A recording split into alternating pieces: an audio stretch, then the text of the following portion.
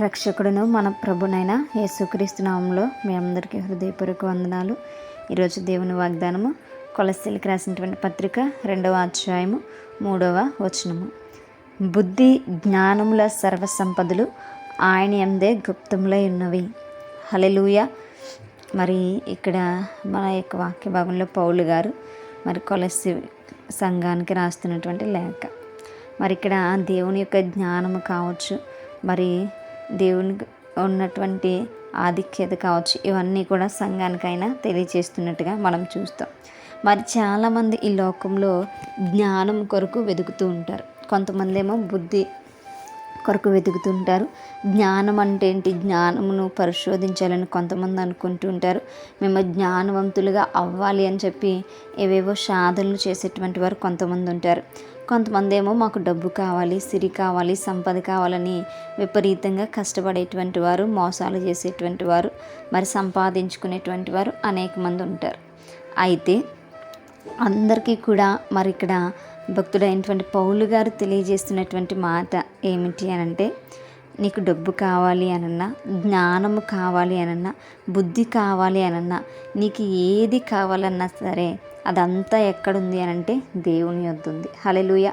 అవన్నీ కూడా ఒక గుప్త నిధుల్లాగా, గుప్తులుగా లేదా గుప్త నిధుల్లాగా దేవుని యొద్ద దాచబడి ఉన్నాయి అనే సత్యాన్ని ఇక్కడ మనకి మరి అపోస్తలుడైన పౌలు గారు తెలియచేస్తున్నారు. మరి నిజమే కదా. మరి మనం అనుకుంటాం ఒక 100 పుస్తకాలు చదివితే జ్ఞానం వస్తుంది అని. మనం అనుకుంటాం ఒక 10 రోజులు కష్టపడి శ్రమిస్తే డబ్బు వస్తుంది కదా అని. అయితే దేవుని యొక్క వాక్య భాగం దీనికి వ్యతిరేకంగా మాట్లాడుతూ ఉంది. ఏమిటి అని అంటే, యెహోవాయందు భయభక్తులు కలిగి ఉండుటే జ్ఞానమునకు మూలము అని. మరి నిజమే కదా. జ్ఞానము మనకు కలగాలి అంటే మొట్టమొదటిగా జ్ఞానం ఇచ్చినటువంటి దేవుణ్ణి మనం వెతకాలి. మనల్ని సృజించినటువంటి దేవుణ్ణి మనం వెతకాలి. ఈ సృష్టిని నువ్వు చూసినప్పుడు ఈ సృష్టిలో ఎంతో జ్ఞానం ఉంది. ఎప్పుడైనా మనం గమనించామా? సృష్టి మనకు నేర్పిస్తుంది కదా, నేను జ్ఞానంతో కూడినటువంటి దానను అని చెప్పి. ఎందుకనంటే ప్రతి ఒక్క అమరిక కూడా, ఆకాశము చూసినా, ఆకాశ పక్షులు చూసినా, భూమి చూసినా, సముద్రం చూసినా, అది ఎంతో జ్ఞానంతో అవి నడుచుకుంటున్నట్టుగా, వాటిని క్రియేట్ చేసినట్టుగా కనిపిస్తూ ఉంటాయి. మరి అలాంటి జ్ఞానం ఎక్కడి నుంచి వచ్చిందంటే మరి దేవుని యొద్ద నుంచే వచ్చింది. మానవుని యొక్క శరీరం కూడా మనం చూస్తే ఇప్పటికీ కూడా డాక్టర్స్కి మరి చాలా విషయాలు అర్థం కావు. ఈ యొక్క శరీర నిర్మాణ విషయంలో ఇది ఎంతో ఒక గిఫ్ట్ అని చెప్పి మాట్లాడుతూ ఉంటారు. మరి ఇదంతా ఎక్కడి నుంచి వచ్చిందంటే మరి దేవుని యొద్ద నుంచి వచ్చింది. ఇదంతా కూడా ఎంతో జ్ఞానవంతులైనటువంటి వారు చేస్తేనే కానీ ఇదంతా కలగదు. మరి ఆ జ్ఞానం ఎవరు అంటే మరి మనము విశ్వసిస్తున్నటువంటి యేసుక్రీస్తు వారు. మరి ఆయన మనల్ని మరి సృజించినప్పుడు లేదంటే మనము రూపింపబడినప్పుడు ఎంతో జ్ఞానముతో ఆయన మనల్ని సృష్టించారు. మరి ఇప్పుడు మనం జ్ఞానం దగ్గరికి ఎక్కడికి వెళ్ళాలి? బుక్స్ దగ్గరికా? లేదు కదా. జ్ఞానవంతుల దగ్గరికా? కాదు. దేవుని యొద్దకు మనం రావాలి. దేవుని యొద్దకు వచ్చి మనం జ్ఞానము నేర్చుకునేటువంటి వారముగా ఉండాలి. మరి ఆయన యందు భయభక్తులు కలిగి ఉంటే మనం జ్ఞానమును సంపాదించుకోగలుగుతాం, బుద్ధిని సంపాదించుకోగలుగుతాం. బుద్ధి జ్ఞానములు లేకపోతే ఈ లోకంలో జీవించుట మరి అది ఎంతో ప్రమాదకరం.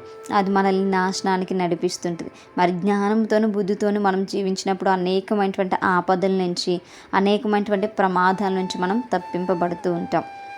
మరి సంపద, మరి చాలామంది ప్రయాసపడుతూ ఉంటారు కదా డబ్బు సంపాదించుకోవడానికి. అయితే మరి ఆ డబ్బు, ఆ యొక్క ఐశ్వర్యం ఇహలోక ఐశ్వర్యం కాదు, కానీ పరలోక ఐశ్వర్యం మనం సంపాదించుకోవాలంటే దేవుని యొద్దకు కంపల్సరీగా రావాలి.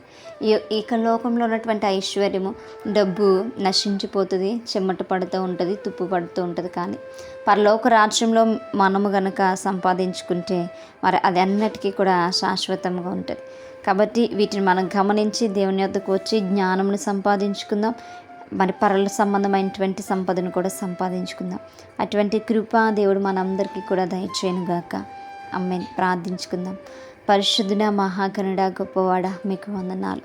నిజమే ప్రభా, సర్వ సంపదలు అయా బుద్ధి జ్ఞానములు మీ యొద్ద నాయన ఉండగా అయా మీ యొద్దకు వచ్చి మేము వాటిని సంపాదించుకునేటువంటి వారముగా ఉండుటకుని సహాయం దయచేయమని అయా తండ్రి ఈ లోకంలో ఉన్నటువంటి వాటి కొరకు మేము ప్రయాసపడకుండా ఉండినట్లు ఆత్మీయంగా నాయన ఎల్లప్పుడూ ఎదుగుతుకుని వాక్యంను ఆత్మీయంగా అర్థం చేసుకున్నట్టుకుని జ్ఞానం ఇచ్చి నడిపించమని వాక్యం దయచేసి ఆయన మా జీవితాల్లో నెరవేర్చి ఆయన మా ప్రార్థనలు ఆలకించి అంగీకరించమని యేసయ్య అతి పరిశుద్ధ నామములో అతి మిక్కిలి నెమ్మగా బ్రతిమలాడు వేడుకుని పొందించిన మా ప్రియ పరలోకపు మా కన్న తండ్రి.